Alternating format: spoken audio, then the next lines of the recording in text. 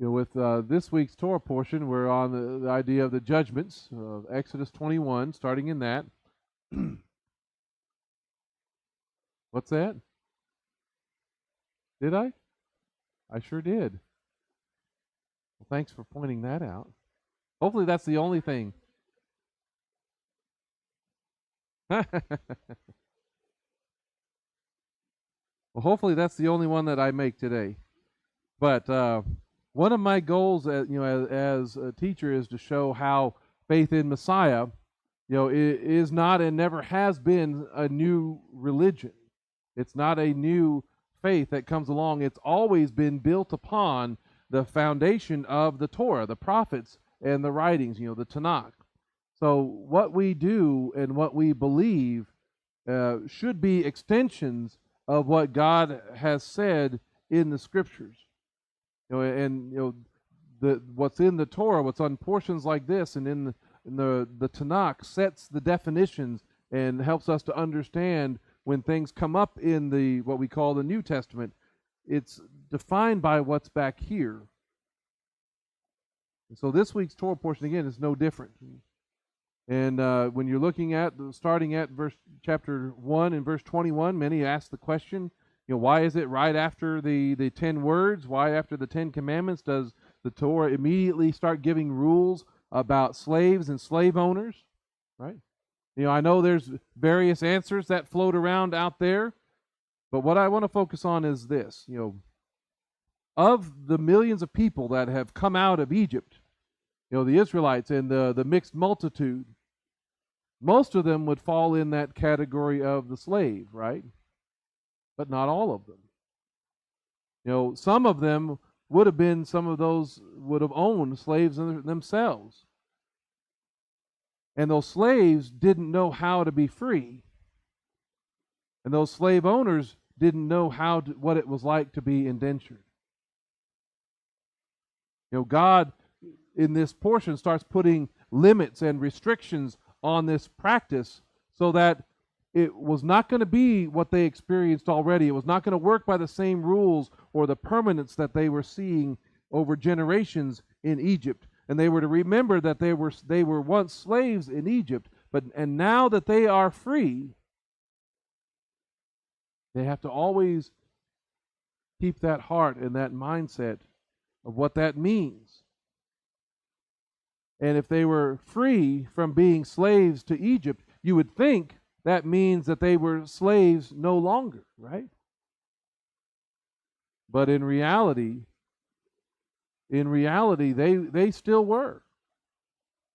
They merely changed masters because they were bought, they were redeemed with a very high price, the blood of the Lamb. But even then, even when realizing they have come out of slavery into freedom and to have another master, even then they have the option of going free and walking away.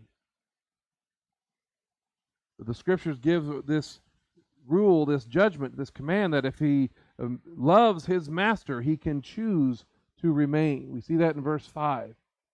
So if the servant plainly states, I love my master, my wife, and my children, and I will not go out free, then his master is to bring him to God. Then take him to a door or to a doorpost. His master is to pierce his ear through with an awl, and he will serve him forever. This is talking about more than what we read about just on the physical level. The physical often points to the spiritual. And the spiritual often has this physical element in order to keep it grounded in reality and things that we can understand and process. But you have essentially this awl, this small nail that pierces flesh and penetrates into the wood of the doorpost. The beam which forms the door. And it's love that makes someone choose to do that. To remain with their master. Love does that. And what is the greatest commandment? when Yeshua talks about it, when he was asked that same question in Mark 12, one of the Torah scholars came and heard them debating. Seeing that Yeshua had answered them well, he asked him, which commandment is first of all? Which one is the most important? Which one takes priority? And he answers, the first is this, Shema Yisrael Adonai Eloheinu Adonai Echad. Hear, O Israel, the Lord our God, the Lord is one. And you shall love Adonai your God with all your heart, with all your soul, with all your mind, and with all your strength. Love for the master causes someone to give up their rights, to give up their freedoms, to become this voluntary slave, this voluntary servant, to be willing to put your ear to the doorpost, put your ear to the mezuzah, and to bind yourself to that household. Bondservant. I don't have my ears pierced, thankfully. But most of you, if you got your ears pierced, how many of you were too young to remember what that felt like? Too young to remember? Yeah. You're probably happy about that, right? I would not want to go through and do that. But to think that if I love my master, if I love so much that I would be willing to do that, to demonstrate my connection to him. That the Septuagint, the Greek translation of the Old Testament, translates that word for the servant or slave as, I'm probably saying this wrong, duluo. That can be something literal, figurative, it can be something involuntary, it can be something voluntary. But it's the verb idea of to be a slave, to serve, or to do service, to yield one's obedience, and to be essentially in bondage, to be a bondservant. And it comes from the noun is doulos, which is to be a slave or a bondman. And that word we see a lot more often. Hello, why is it doing this?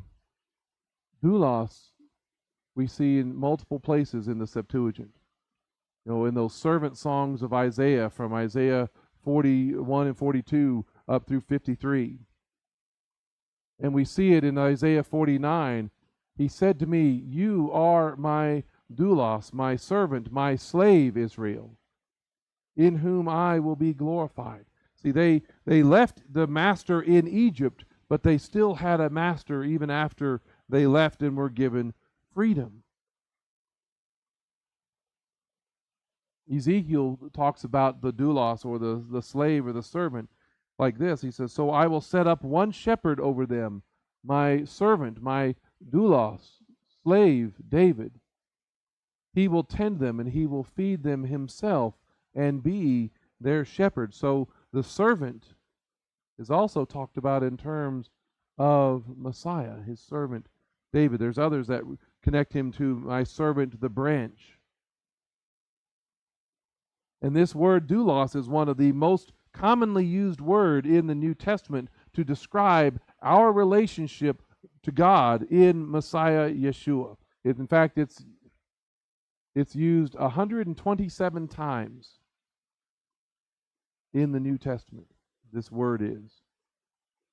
Matthew 25:23, when he says, well done, my good and faithful doulos, slave, servant. John chapter 8, verse 35, now the slave does not remain in the household forever. Isn't that what we just read in Exodus 21? Right? It says in verse 2, if you buy a Hebrew servant, he is to serve for 6 years, and in the 7th he is to go free without payment. This statement is said in the understanding of what's right here in Exodus 21. The slave does not remain in the household forever. They can leave. They can go. They can be released. But the son, if you are a son in the household, you're there. You're there forever. You abide. You live there forever. Romans chapter 1 Paul says, I, a slave of Messiah Yeshua, called to be an emissary and set apart for the good news of God. That's one of his most common statements about himself. All of this language of being this slave goes back to this experience in coming out after the Exodus. These commands, these judgments that are here in chapter 21. And remember that you were slaves in Egypt. Remember, again now, why that most of them would have been these slaves coming out of Egypt. Not all of them were. They had to learn how to relate to their new status, their new relationships. Paul makes that point in 1 Corinthians, where he says in chapter 7, verse 22, for the one who was called in the Lord as a slave is actually, the reality is the Lord's freed man. Likewise, the one who was called while free is Messiah's slave. You're going to have to figure out how your life is different because you have come to faith in Messiah. You know, being redeemed by Messiah changes everything, changes your status. Whatever it is in this world, you now have a new master. Galatians chapter 4 put it like this, but when the fullness of time came, God sent out his Son, born of a woman, born under the law, to free those under the law, so that we might receive adoption as sons. And if you've been made a son, what did we just read about from John? If a slave doesn't get to stay in the household, doesn't have to stay in the household, but a son, what does the son do? The son abides forever. To free those under the law, that we might receive adoption as sons, and therefore we have the right or the ability to remain and abide forever. He says, now because you are sons, God sent the Ruach of his Son into our hearts, who cries out, Abba, Father.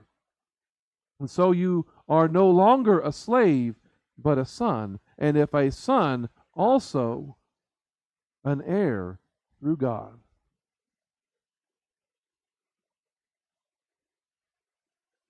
You need to have an understanding of what's being laid out even right here in Exodus to understand the points and the power of what Paul is making. You are set free by Messiah, and then you are adopted into the family. You're given this whole new status of freedom, but you're not just kind of an extra add-on, hitched along for the ride. You're actually given an inheritance through all of this. In light of all of these verses in Galatians, I want to look back at that John 8 passage where the very next verse says something powerful. We've already alluded to it. Now the slave does not remain in the household forever. The son abides forever. Right after that, it says, if the Son sets you free, you will be free indeed. You can be free and still be in the house. And that's the joy. That's the promise.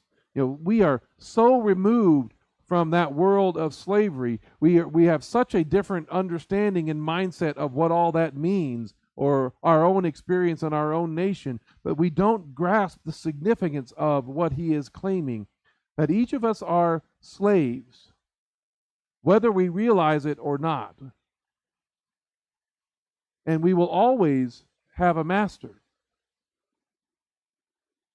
We will always have a master. One who either hates and lies to you, the one where it's sin, it's death, it's Satan, it's the kingdom of darkness. That everybody pretty much starts out with that master. Or you can have a master who loves you,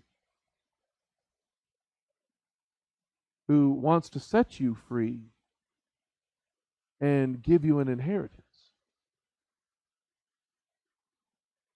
You will always have one master. And what did Yeshua say? Can you serve two masters?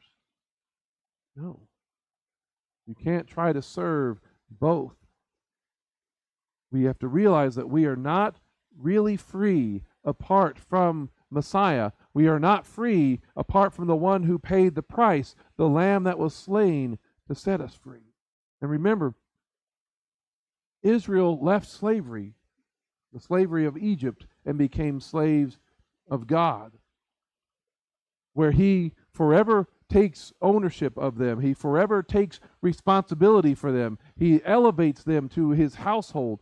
Israel as a nation and a people have done this for the nation, and then still individually they have to choose this day whom they are going to serve. It's the ones that love Him, that obey His commands and stay with Him voluntarily, and they bind themselves to His house. That's the kind of picture that all of this is being talked about. That relationship, that decision exists in our relationship with Messiah. And again, it's built on that verse from Exodus 21. If the servant says plainly, I love my master, my wife, and my children, I will not go out free,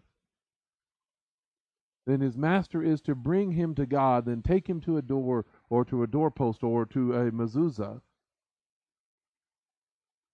His master is to pierce his ear through with an awl, and he will serve him forever. This is an act of love.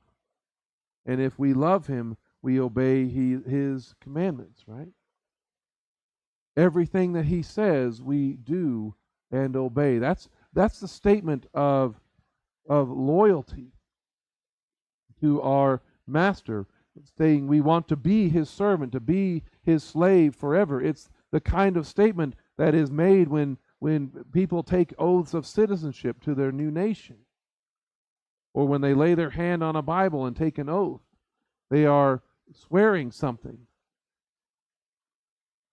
This is an oath of loyalty to Him. The Israelites, they made similar statements when they were cutting that covenant with Adonai in chapter 24, right? When Moses came and told the people all the words of Adonai as well as all the ordinances, and all the people answered with one voice and said, all the words which Adonai has spoken we will do. That's a statement of loyalty to the king. That's a statement of saying, I love my master.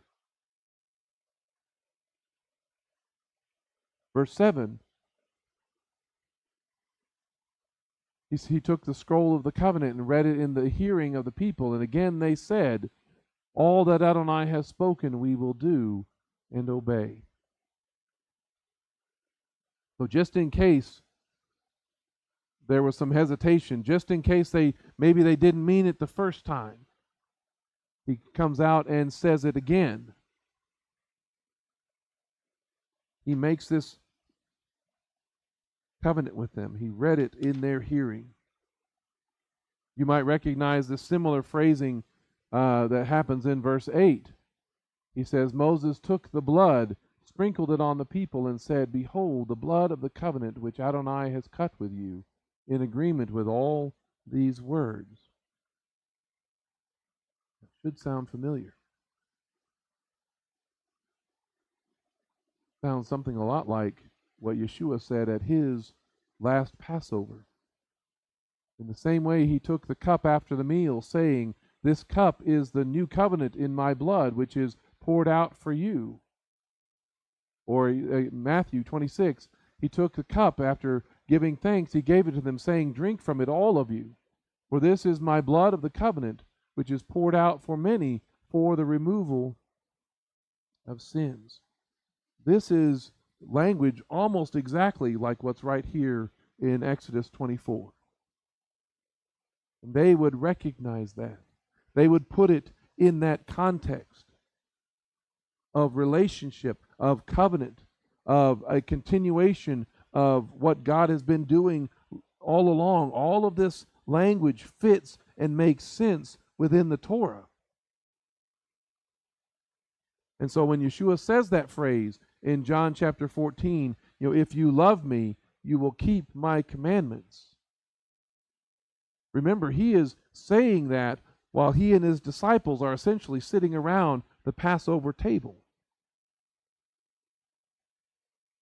In saying these things, they are agreeing to the covenant, that everything Adonai says we will do and obey, again saying, I love my master, and I want to bind myself to him forever. I don't want to go free to go do my own thing.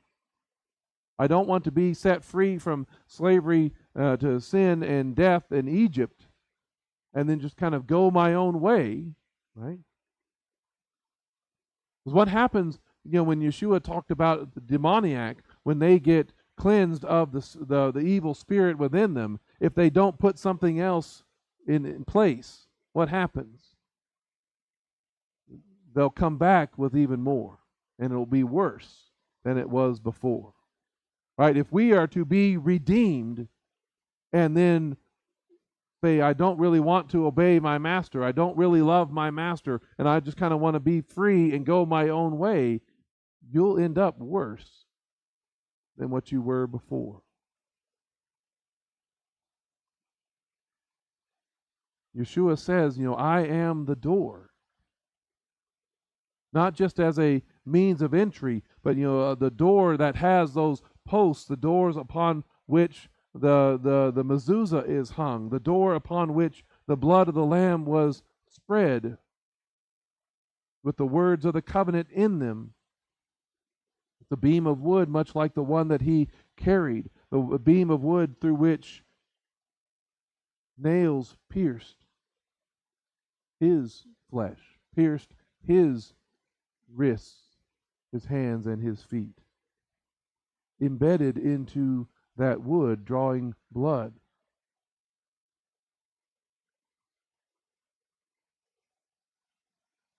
And makes a way for us to also be slaves to God, because we love our master, because we love our Messiah. He is demonstrating his commitment and to us, the covenant with us. And we are taken to him. We declare our desire to be his so that we can abide in him. All of these things fit, again, within the context of the Exodus. We declare our loyalty to our King, to our Master. That's what coming by faith in Messiah is supposed to be, a continuation of what was happening all the way back here in the book of Exodus. And when we answer that question, who do you say that I am? Right, that's the important question to answer. And when we say, you are Messiah ben Elohim, we're saying, you are my king, you are my master. That's what we are saying. And as king, we have made the same kind of pledge. Everything that Adonai has said, we will do and obey. And included in that is chapter 23, where every year he commands us to go through the feasts, those pilgrimage feasts that he lays out here in chapter 23.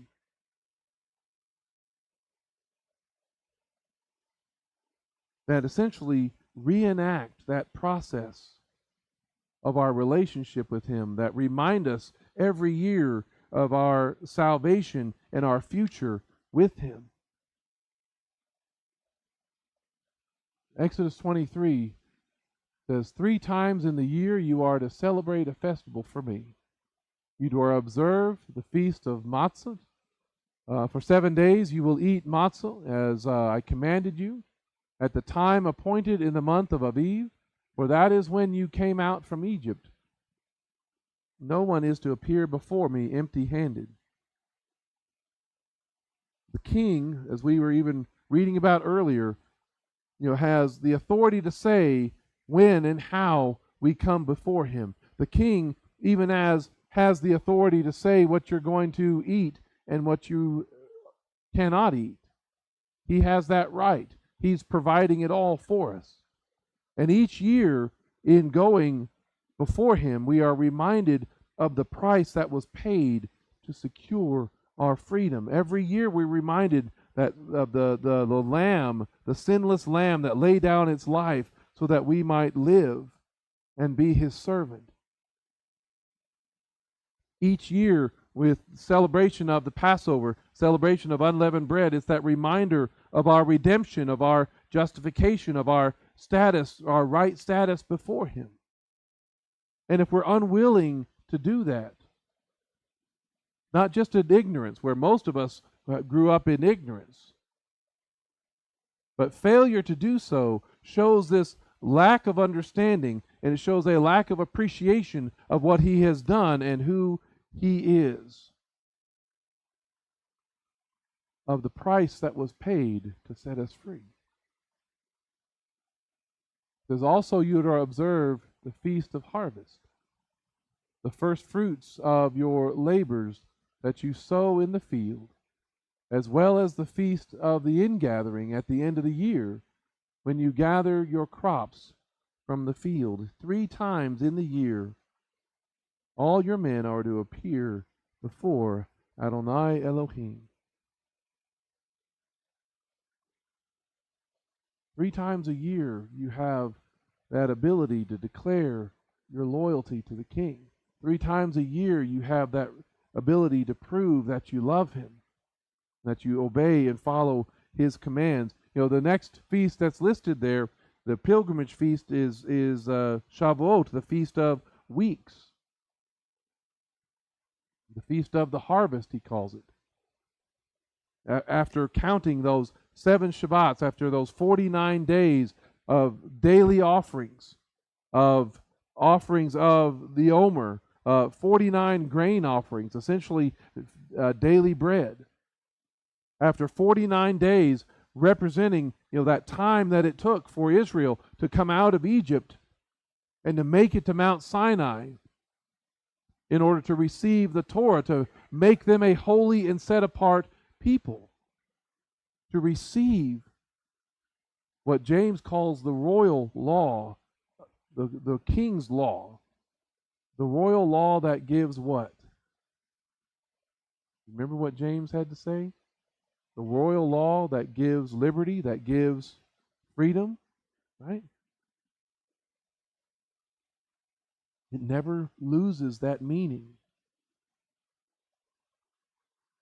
They received that royal law on Mount Sinai to make them a holy and a set-apart people, a free people who are servants of the King, to sanctify them, to sanctify His people, not just to give them a list of rules, not just to give them a list of do's and don'ts, but this lifestyle that shows the greatness of their God, of their Master, the one that they say they love, of how their Master is different from all the other gods, how He has a different way of doing things than all of the rest of them.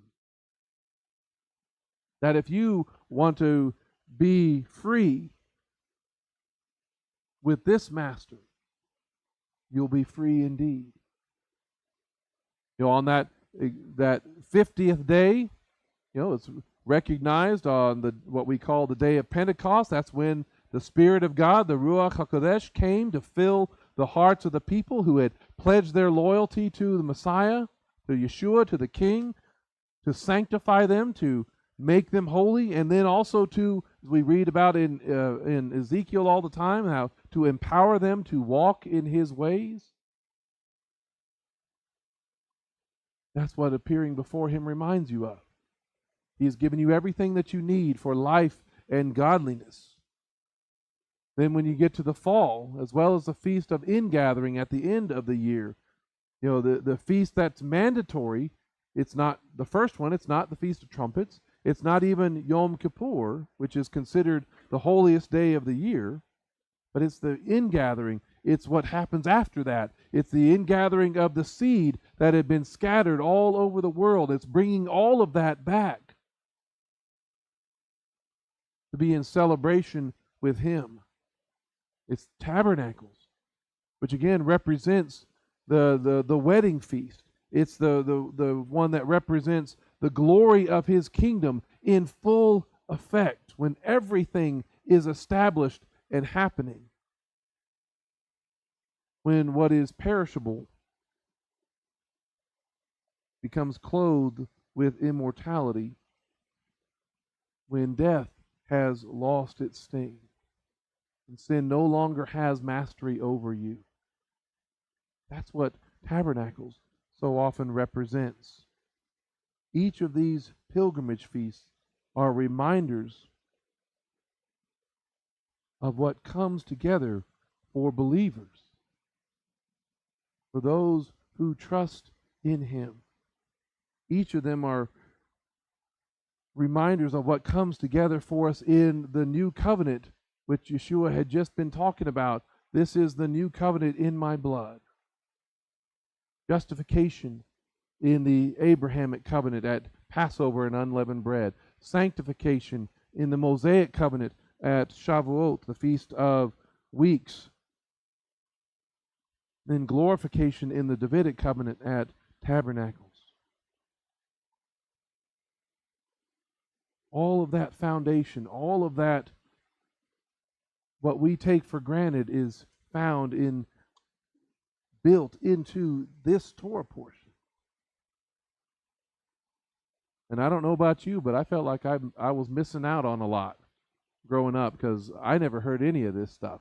Anybody else get this fully explained to you all the time, every week?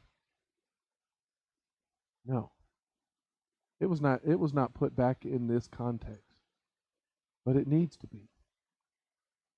It needs to be here. And that's why the feasts are so important to our walk. That's why celebrating the feasts, participating in those as best as we are able, it's a statement of us saying everything that the King says, everything that Adonai says, we will do and obey. It's saying, it's a demonstration that we are answering His call. It's a demonstration of us saying that we actually do love Him and obey His commands. Because we are declaring and coming before Him that we have a new King. We're declaring when we appear before Him that we have a new Master and a new way of life. And so we give thanks to Him, as Paul talked about in Colossians, as we give thanks to the Father who qualified you to share in the inheritance of the saints, of the Kedoshim, in the light. He is the one who has made it possible for you to be redeemed. He says He rescued us from the domain of darkness, and He brought us into the kingdom of the Son He loves. It's in Him that we have redemption, the release of our sins. It's in Him that we have life. It's in Him that we have freedom. It's in Him that everything is brought together. And so we give thanks to Him. We walk in His ways. We follow Him. We obey Him. We have become those that say, I love my Master, and I want to stay with Him and abide with Him always, to be His servant, His slave, because He is a good and righteous King. Amen.